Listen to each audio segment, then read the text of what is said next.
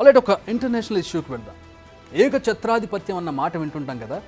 రాజైనా రారాజైనా నేనే అన్నట్లుగా ఉంటుంది పుతిన్ వ్యవహారం. రష్యా అంటే పుతిన్, పుతిన్ అంటే రష్యా అన్నంతగా మారిపోయింది ఇప్పుడు పరిస్థితి. ఈ రెండింటికి విడదీయలేని బంధం. రష్యా అంటే చాలు పశ్చిమ దేశాలు పరేషాన్ అవుతుంటాయి.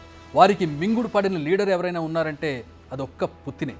అడుగు దూరంలో మూడో ప్రపంచ యుద్ధం ఉందని వార్నింగ్ ఇచ్చినా, బ్రహ్మాస్త్రాలు బయటకు తీస్తామని బెదిరించినా, న్యూక్లియర్ వెపన్స్ ప్రయోగిస్తామని దబాయించినా అదొక్క పుతిన్కే చెల్లింది. అంతటి కొరకరాని కొయ్యగా మారిన పుతిన్ రష్యా అధ్యక్ష ఎన్నికల్లో మళ్ళీ గ్రాండ్ విక్టరీ కొట్టడం వెస్ట్రన్ కంట్రీస్కు మింగుడు పడని విషయం. పైగా మరింత జీవితకాలం తానే అధ్యక్షుడిగా ఉండేలా పుతిన్ చక్రం తిప్పుతుండడం అసలు కథలో కొత్త ట్విస్ట్. పుతిన్ను రష్యాను వేరు చేసి చూడలేదు. ఇప్పటికి 5 సార్లు రష్యా అధ్యక్షుడిగా గెలిచారు. 2000 సంవత్సరం నుంచి మొదలుకొని 2004, 2012, 2018, ఇప్పుడు 2024లో మళ్ళీ గెలిచి నిలిచారు. 2008లో ప్రధానిగాను సేవలందించారు. ఈసారి పుతిన్ గట్టెక్కడం కష్టమే అనుకున్నారు. విపక్ష నేత అలెక్సీ నావెల్నీ జైల్లో చనిపోవడం పెద్ద దుమారమైంది. నియంత పోకడలతో దేశాన్ని పుతిన్ ఏలుతున్నాడని, అతడి పాలనకు అంతం పలుకుదామని విపక్ష నేతలు ఎన్నికలకు ముందు పంతం పట్టారు. కానీ పుతిన్కు తిరుగు లేకుండా పోయింది. ఏకంగా 88% ప్రజల సపోర్ట్తో మరోసారి రష్యన్ ప్రెసిడెంట్గా పుతిన్ ఎన్నికయ్యారు. రష్యాను పాలించడంలో పుతిన్ రికార్డుల మీద రికార్డులు సృష్టిస్తున్నారు. మరో 2 సార్లు దేశ అధ్యక్షుడిగా కొనసాగేలా చట్టం చేసి 2021లో పుతిన్ దానిపై సంతకం చేశారు. ఇప్పుడు గెలిచారు. ఇక 2030లోనూ గెలిస్తే 2036 దాకా పుతిన్ దేశాధ్యక్షుడిగా కొనసాగుతారు. రష్యాలో జోసెఫ్ స్టాలిన్ తర్వాత అత్యంత ఎక్కువ కాలం దేశాన్ని పాలించిన నేతగా పుతిన్ ఇప్పటికే రికార్డు క్రియేట్ చేశారు. తనను వ్యతిరేకించే వాళ్లను పుతిన్ అస్సలు సహించబోడన్నది ప్రధాన ఆరోపణ.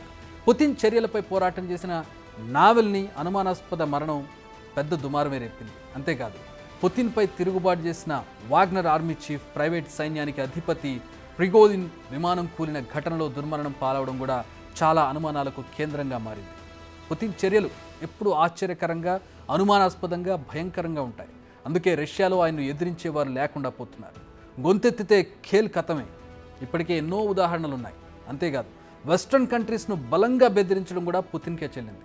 మూడో ప్రపంచ యుద్ధం అడుగు దూరంలో ఉందని, రష్యాకు నాటో కూటమికి మధ్య ఘర్షణ తలెత్తితే అది మూడో ప్రపంచ యుద్ధానికి దారితీస్తుందని పుతిన్ హెచ్చరిస్తున్నారు. భవిష్యత్తులో తమ సైన్యాన్ని యుక్రెయిన్కు పంపుతామన్న ఫ్రాన్స్ అధ్యక్షుడు మాక్రాన్ వ్యాఖ్యలను పుతిన్ తప్పుబట్టారు. తాము శాంతి చర్చల కోసం ఉన్నామని చెప్పడం ద్వారా శాంతి సందేశాన్ని ఆయన పంపుతున్నారు.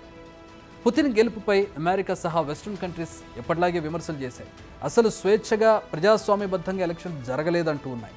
అటు రష్యాలో అధ్యక్ష ఎన్నికలు జరిగిన తీరును చూసి ప్రపంచమంతా నవ్వుతోందని సెటైర్ విసిరింది అమెరికా.